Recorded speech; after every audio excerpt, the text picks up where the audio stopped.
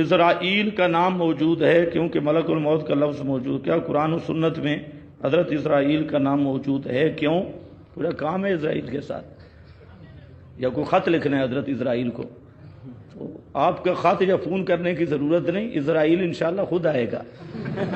ہاں، نہ خط کی ضرورت ہے، نہ فون کرنے کی ضرورت ہے، نہ ایڈریس معلوم کرنے کی ضرورت ہے. اسرائیل کا نام موجود ہے حدیث میں.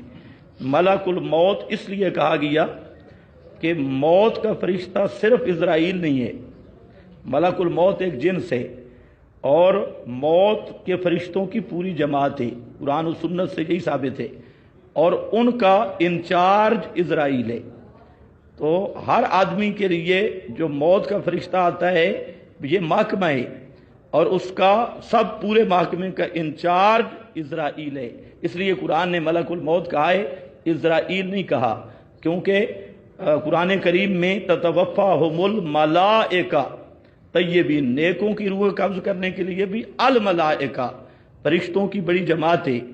اور جاءتہم رسلنا یتوفونہم، مشرکین کفار کی روح قبض کرنے کے لیے بھی رسلنا جمع کسی گئے، بہت بڑی جماعت ہے. اور اس جماعت کا افسر اور انچارج اسرائیل ہے. تو ملک الموت